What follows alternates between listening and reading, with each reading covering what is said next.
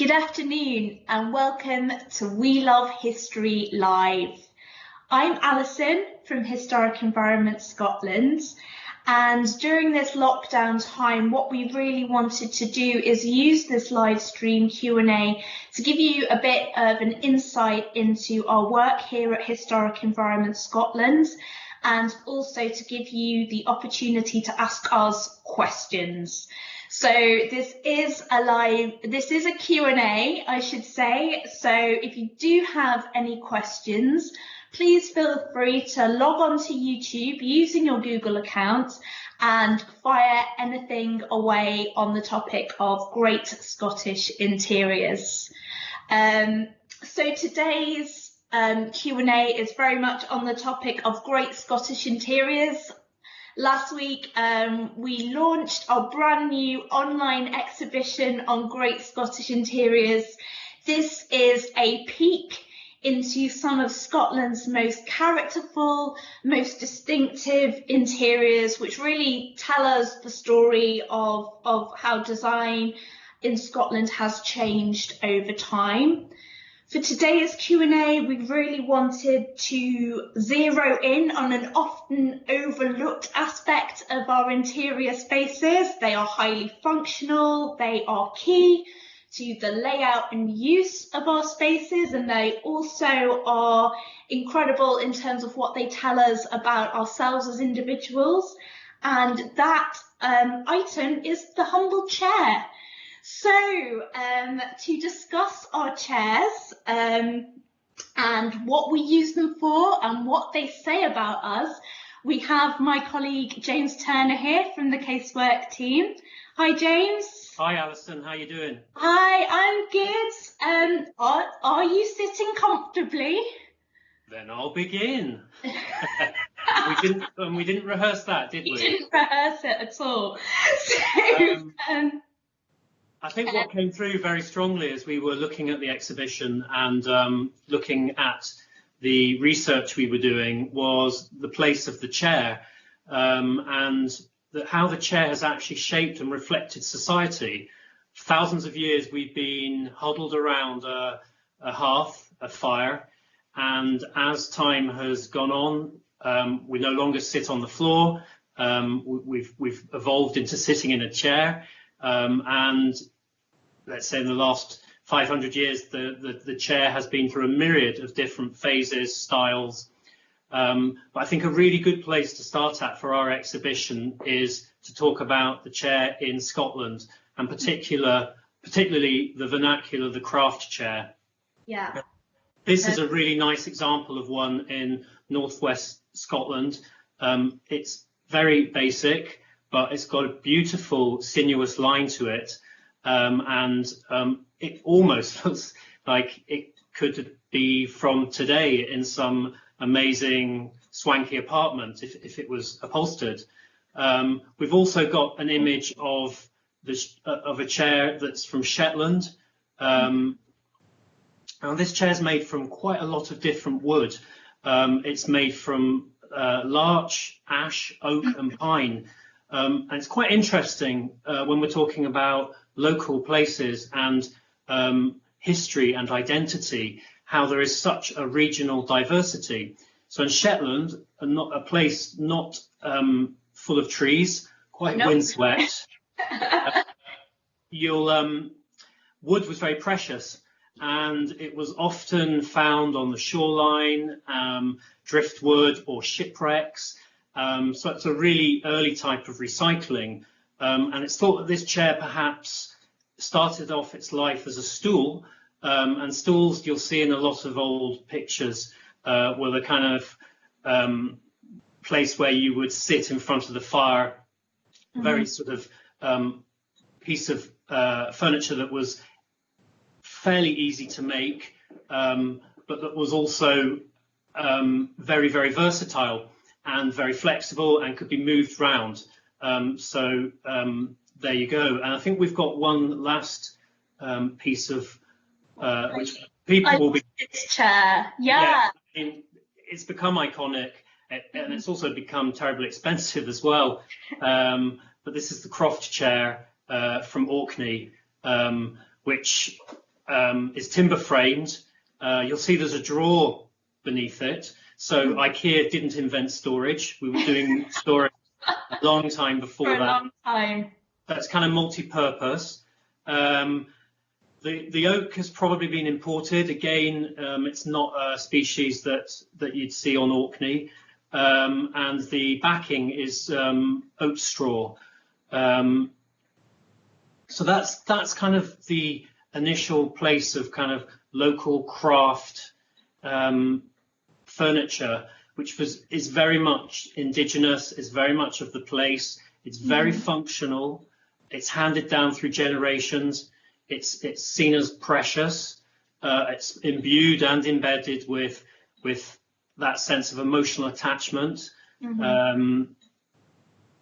know, they seem to be, from my perspective, you're right, very loved objects. A lot of care has gone into them and treasured by the communities who use them, and critical to daily life as well, I think. It would be lovely, James, to hear about some of the items of furniture that are perhaps a little bit less kind of sort of daily life.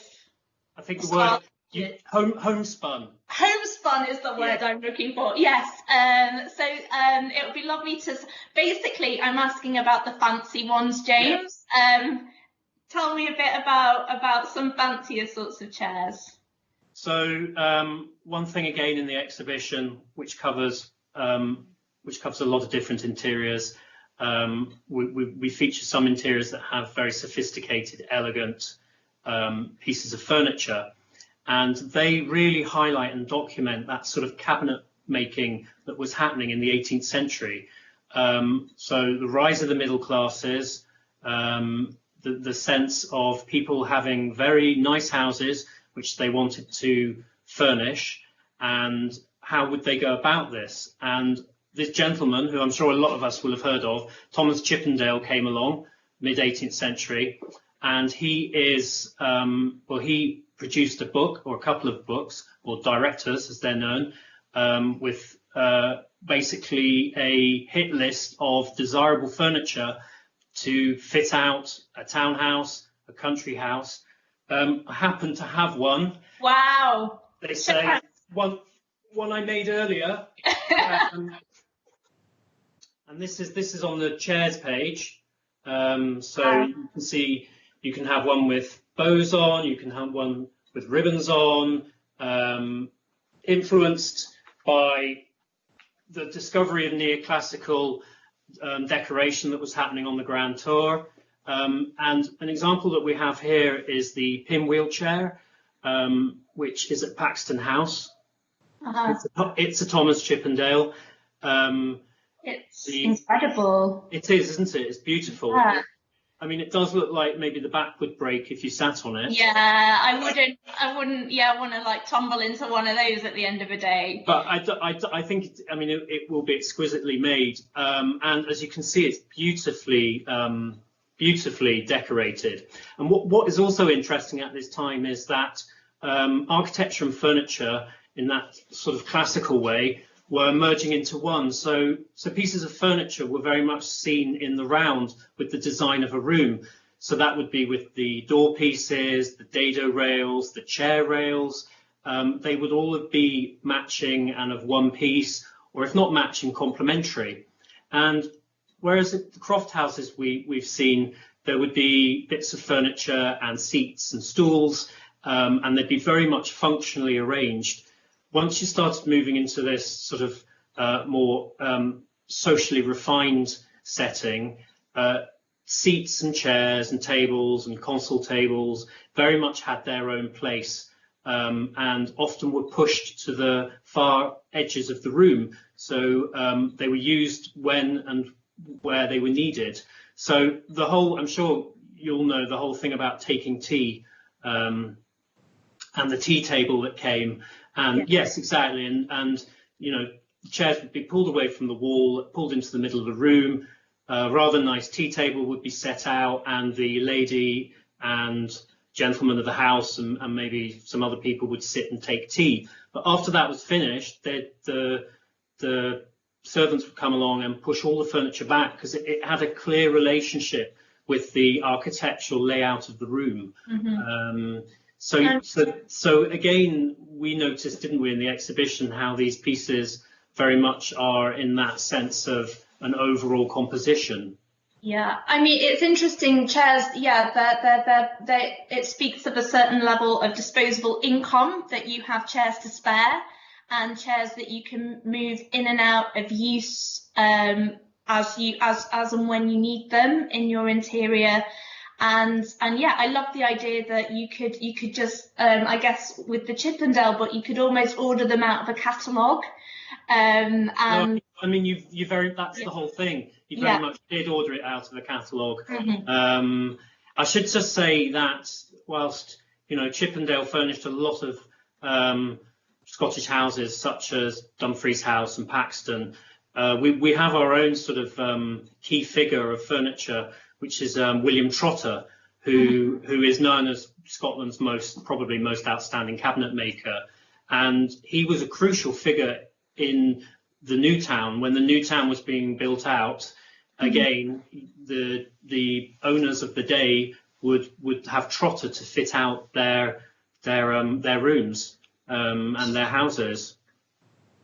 So he'd be almost like the Kelly Hoppen or some kind of big interior designer of the day who you'd recruit in. I'm not going to reply to that. But... All right, okay. I've watched far too many interior design programs.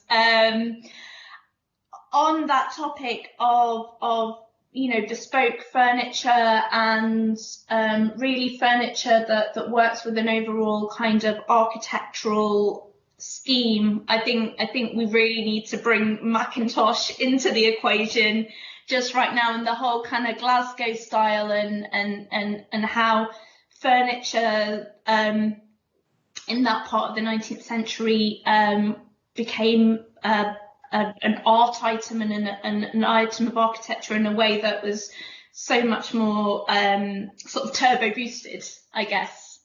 Gosh, that I was going to say radical, but turbo boosted is even better. I'm going to work that into my repertoire, I think. It's technical language. Yeah. So you give me turbo boost, and I'll give you Gesamtkunstwerk.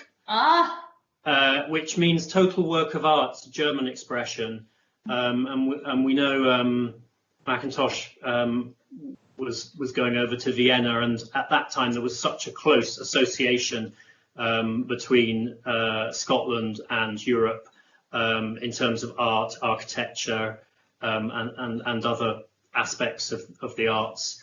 The ladderback chair is now, it's iconic, isn't it? Yeah. It's seen as one of the key pieces of Macintosh, and he also, I think we've got a picture of two chairs by a table as well, and it's very interesting. Although this, even still today, by today's standards, it looks quite radical, and it must have been hugely radical when he fitted out Miss Cranston's tea rooms in Glasgow, with ladies with huge hats and gentlemen with toppers sitting in these, what must have appeared, well, we used turbocharged seats. But Macintosh was super clever because the chairs were actually very comfortable. They gave you a really good, he sits up slightly, they gave you a very good sort of posture. The seats and the armrests were always designed to meet the tabletops, so you were never straining to reach over. And you often also, in some of his chair designs, you felt very cocooned in, so you felt very protected, and that was, that was very well thought into his design, that he did that. So it was to give you that sense of you were private and you were having a private discussion. So yes. That's, you know, that sense of security, you know, certainly when you look at kind of, you know, the big kind of fluffy armchairs that we have today, you know, that requirement of chairs is something that, you know, you know, we really value, and I'm sure a lot of people have like fallen into an armchair over the past couple of months during this lockdown experience. I am fascinated to hear your thoughts on some of the more kind of sculptural chairs that you know we see kind of popping up during the kind of mid-century period, and I'd love for you to introduce some of those sorts of design classics as well while we're on the topic. So we're probably talking about mid-century here, mid-century modern, however you want to phrase it. So the chair, which has always shaped and reflected society, functional, decorative, fashionable, was by this time we're doing something different as well. It's becoming sculptural. It's becoming almost a piece of art in itself. So the chair that we saw here is at High Sunderland, and my colleague Pauline Megson, who's very skilled in furniture, has identified that it's probably by Finn Jewell. Mm-hmm.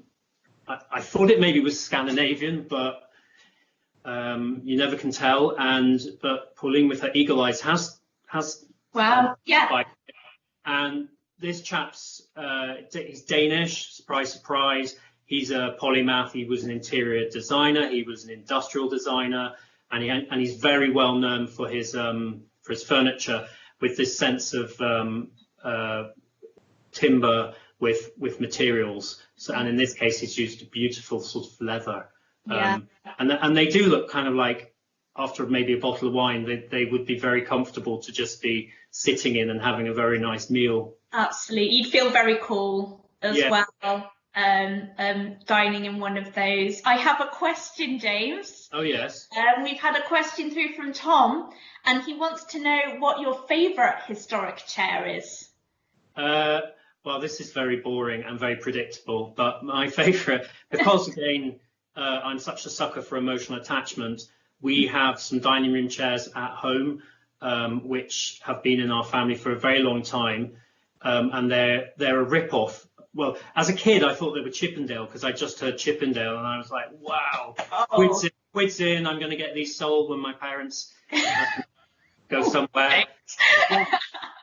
As an adult, they're very much not they're in the style of Chippendale, done by somebody in Hereford, Gloucestershire area, but they just give me a lot of pleasure to think a lot of family members have sat on them for maybe 200 and a bit years, and they are quite beautiful. But when you and which is really interesting to see, which we didn't really discuss in the Georgian Splendour, but whilst Chippendale's cabinet directory was obviously aimed at a very top echelon, that didn't stop a lot of people copying it. And as we all know, we all like to socially improve slightly, and maybe we all try and get nicer things, or things that we think are nicer. So that again happened, and my family obviously were no surprise there. They kind of ripped it off, and it's quite charming because it's not done brilliantly, but it's passable, but it's definitely pretty rough around the edges. But there you go. It's amazing when you kind of grow up with these items of furniture, though, and you get told that they're something special, and it's amazing how that stays with you and how much you value them because of that. We have another question in. Sammy wants to know, what is the most iconic chair you have ever sat in? Well, it's what I'm about to move on to next, actually. After this example, so maybe I should keep tight-lipped until we do it, and then I can do a bit of a big reveal. People will probably be quite surprised. All right then. Shall we move on to the next example of a great mid-century modern chair to give the surprise away? Why don't we? Why don't we? That's the one. Here we go. So, I'm sure this is the chair that anybody of within rough parameters of my generation, not Alison's because she's much younger, but has shunted around school assembly halls, school sports. That's kind of the chair that followed me throughout my life, and I've actually bought two because they're remaking them. So it's the Mark II chair by Robin Day, and it was again very innovative of its day. It was a stacking chair. You hadn't really had that before. So for places like schools, incredibly good for space saving, because you obviously just stack them all up, which I'm sure many of us were made to do if we'd done some kind of detention, naughty misdemeanor. It's known as the polyprop chair, and I'm going to try and say this word, polypropylene. Polypropylene, which was revolutionary at its time, developed by Shell, and allowed Day to have a mould which could just be injected.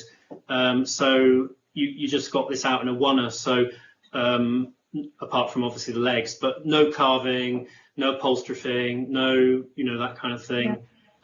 So very functional and actually really comfortable. So there's obviously been a lot of thought given and obviously a lot of design process in terms of trying to make that comfortable to sit in, because it doesn't look very comfortable.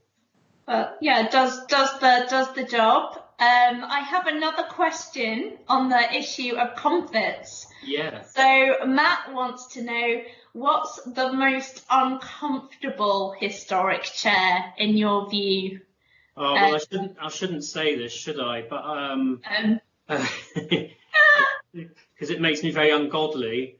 But probably pews. I find pews, especially the ones at an establishment that is now a music establishment in Edinburgh, which was I just don't. I guess that's why there were cushions sometimes. You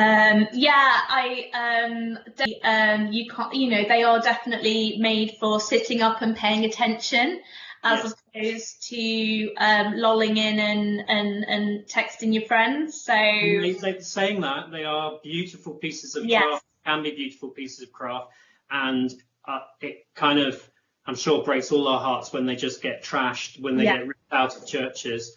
And they're not reused, because you can salvage the timber. Timber's often very good. There was a scheme, I don't know, over 10 years ago, making them into bookcases in Edinburgh, I think. So the level of craftsmanship in some pews are wonderful. I've been to some churches where they have little mice carved in to the rows of pews, and it's wonderful to see that level of detail and care. I have another question. We've got Julia wants to know whether you've got any recommended literature on UK chair design. Is there anything on the reading list that we should be looking at? It's probably best if I come back to Julia on that, just because I got mind freeze. So I'm sure you could probably give her a library. Well, not really, but let's get Julia's details and we'll come back to her, because I'd rather give her something helpful than just trot something out now, which is slightly probably not that helpful, if that's okay. Yeah. We'll get back to you, Julia, with some recommended reading. So I guess we've just done a bit of a scoop through the history of chair design. What would be really nice is now to just take a look at some of our great Scottish interiors and see where different styles and types of chair has been used to really, I guess, facilitate the lifestyle of each interior. So let's kick off with Arkin-Glass House. So this wonderful 19th century concoction. This is the main 20th century concoction. 20th century. But that's okay. Well, again, as last time, what's a couple of years between friends? So it's early 20th century. But I mean, come on, it looks like it should be bits of it. I mean, the ceiling is amazing. The ceiling looks like it should be 1690. Yeah. And obviously that's intended. I mean, it's a beautiful room. It's the best sitting room, I would imagine. Well, not imagine, but so it's eclectic, it's high taste, it's carefully chosen. You just have to look at the mix of fabrics, there's tapestries. I mean, and the carpet is beautiful. It's a big woven neoclassical design. So it's very much speaking of a connoisseur, isn't it? I think it's giving the appearance of somebody who's collected this over generations, and maybe even more than generations.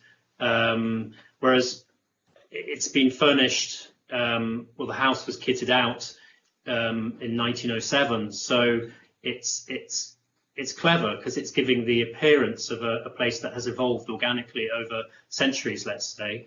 But that's not the case when you actually look.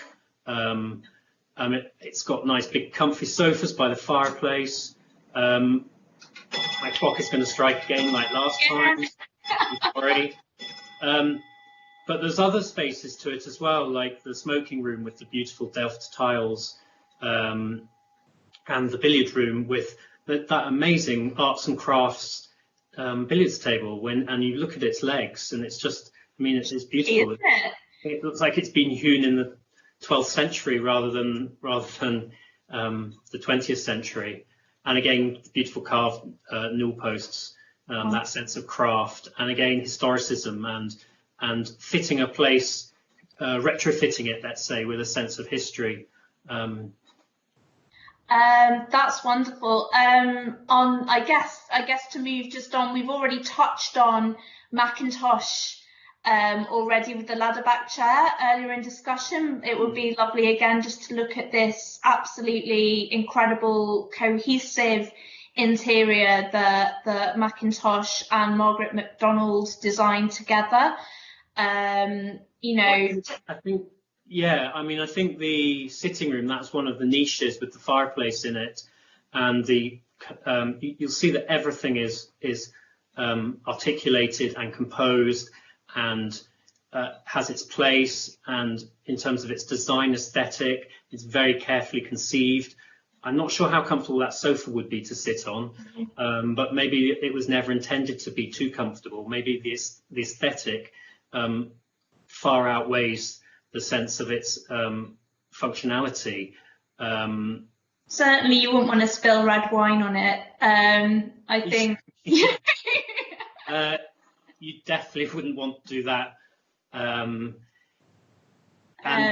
But it's quite interesting juxtapositioning it with the dining room, which I think not only in terms of its dark panelling, but its furniture isn't that of Macintosh. It's what the owner brought, so it's conventional in that sense. There's a big buffet sideboard with your sense of your big paintings and your table and very nice shaped Dutch style dining room chairs and the table. So I think I read about Hill House that the owner couldn't afford Macintosh's full vision, so some aspects were more his own, and then Macintosh obviously went to town on the areas which the owner felt would be the kind of wow factor areas. But it's it isn't interesting with the light, with the Macintosh light, which is in that dining room. That's quite interesting in terms of that relationship that space and those objects have with each other. Kind of ties it into the rest of the interior scheme elsewhere in the building. Again, when we're looking at kind of total works of art and really interiors where the boundaries between architecture, art and furnishings really just kind of crash into each other, is this brilliant interior by Tim Stedding. Yes, I mean, I think we talked about the Stedding and Tim Stead at quite length last time, but it is a place that just keeps giving, as they say. The more you look at it, the more you find out about it. Unlike some of the other places which seem to have been curated or composed, or almost like set design in a theatre, Tim Stedding Tim Stead at the Stedding. That's a tongue twister, isn't it? It is a hard thing to say. Tim Stead at the Stedding. This is a really organic process. This is a place that he created as he lived there. So this is an evolved place. And I think that, again, really is an important thing to understand and to experience and to enjoy, is this sense that this place was born out of this person. You know, he's created it. He's living, breathingly created it. Labour of love, isn't it? A total labour of love, yeah. and it is, you know, it's radically different from some of the other places that we've been looking at in terms of how they were created. Let's move on to talk about one of my favourite interiors, which is the crofting settlement at Arnall, and this wonderful snapshot of crofting life that you get, and some of the items of furniture in that interior. Yeah, I mean, again, this photo will be very familiar with people who have Scottish relatives or who are Scottish, obviously, and they're maybe in their 70s, 80s now. The mirror was a staple of any house, hung above the mantelpiece like that, and the clock. The big armchair, I mean, that armchair looks mid-century or sort of 30s. It's one of those big, comfy, reclining chairs that you always see those war films with people sitting in them, crowded around the wireless. Yeah. But the cupboard in the background feels much more vernacular and feels much more, to use the word that I used before, homespun and crafty, and probably is a piece that's been handed down. It's functional. It's probably, you know, you keep all your bits and bobs in it, but it also probably has a lot of emotional attachment as well in terms of who it's come from. And I'm gonna ping. Oh, the box beds is another wonderful item of furniture in that interior that is inbuilt into the fabric of the building. Yeah, it's your ultimate piece of inbuilt furniture or fitted in furniture, and it's interesting how people decorated the insides of them. I've been to quite a few now where people wallpapered them, and it's very nostalgic and very interesting that you sometimes can see layers and layers of wallpaper coming apart.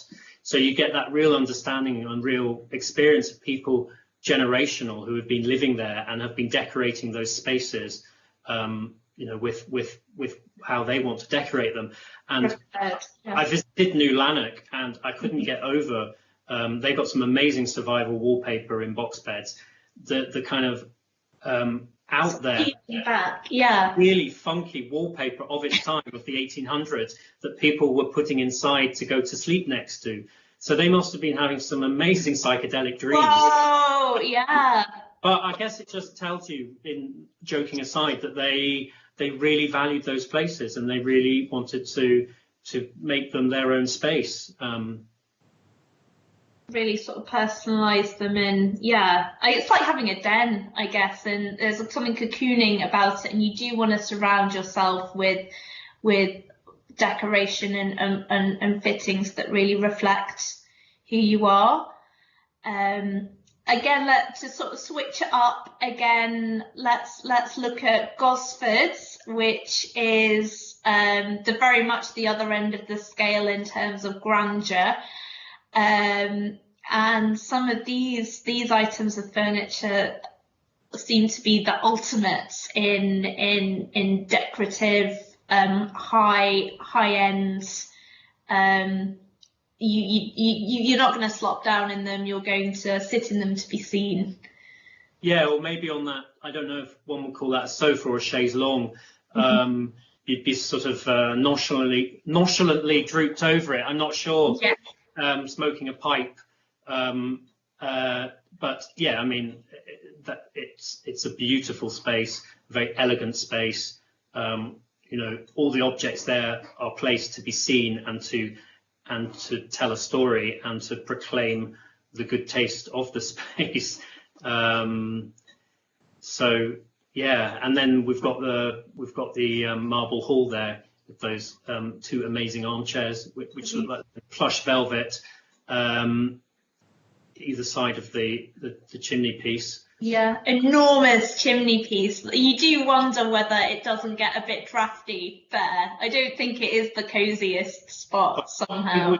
I think after last week, a colleague said that they'd been there for a function and they were just that wee bit chilly. Yeah. It's cold. And then we've got this beautiful image from the Octagonal Saloon, which is the Adam interior. And you know, that's your ultimate neoclassical set piece, let's say, with beautiful console table with an eagle, marble topped, and then a very, very, very large what is referred to as a pier glass, I would say. And the thing that I like about this image is the foxing on the mirror. And foxing is basically, I think, when the silver nitrate that you historically, to make a mirror, when it starts to degrade, and you get this beautiful sort of pattern. Not very good for looking at yourself, but it gives it a beautiful sort of, there's this phrase called time washed, and it just gives it that time washed sort of inky looking, yeah. Mystique. Yeah. It's wonderful. Again, it's very romantic to look at. And I guess also we touched on it before, but really those bits of furniture from the High Sunderland interior as well, which is so sleek and so beautifully designed. These sunken armchairs, for example, in the sitting area, are wonderfully slick objects. I mean, what's not to like? And I could look at this image. I like the TV. The TV is great. Yeah, it's very nostalgic to me. It's not flat screen. It's probably very deep, but at least there's only 4 channels, so you can find something to watch. But I'm again digressing. So what we're talking about, Tim Stead at the Steading, in terms of his property evolved. Bernard Klein's is probably at the other side of the spectrum. Bernard Klein is a collector, a curator, and he's assembled together. It's almost like an art museum. He's assembled this amazing space, and he's put all these amazing objects within it. I would say, probably very carefully. Mm-hmm. And probably the brief that he gave to Peter Wormsley at the time was, please build me furniture that I can not only store things in, but really importantly, display things. So he's displaying a lot of his art pottery in a very knowing way, and that's not knowing in a bad way, but just that they're probably the TV image actually is quite a good one to show how things all have their place.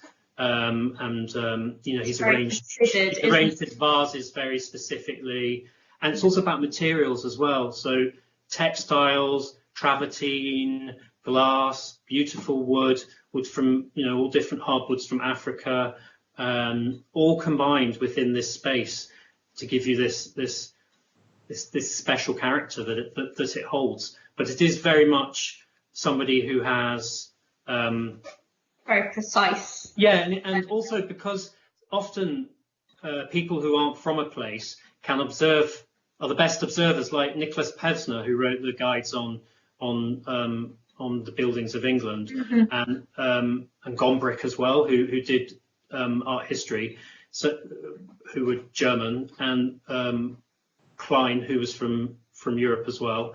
They have this amazing sensibility that they bring their eye with them, but they can also see the really important things in the country that they've come to as well. Mm-hmm. So, and as we know, Klein, you know, was a fan's an understatement of the Scottish countryside, Scottish craft. To bring knitting, because he was a knitter, Yeah. knitting it all together, and then you get this really special place. It's lovely. I've got another question through. Duncan, talking again about a very specific interior. He wants to know if you've seen or heard of the swivelling dining chairs at Kinloch Castle on Rum, and what you make of that interior.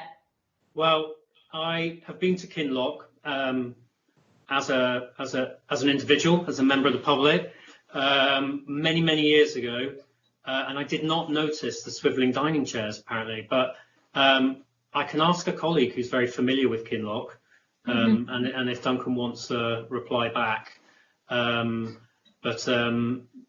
No, I'm not familiar with them. Okay, we'll get back to you as well, Duncan, on those, and give you our thoughts. And I think we have come to the end of our little run through our great Scottish interiors and some of the chairs in them and items of furniture that make them so special, so distinctive, and they're so representative of the way style has moved and changed in Scotland over the years. Thank you so much for joining us today. Thank you so much for sending in your questions. They've been brilliant.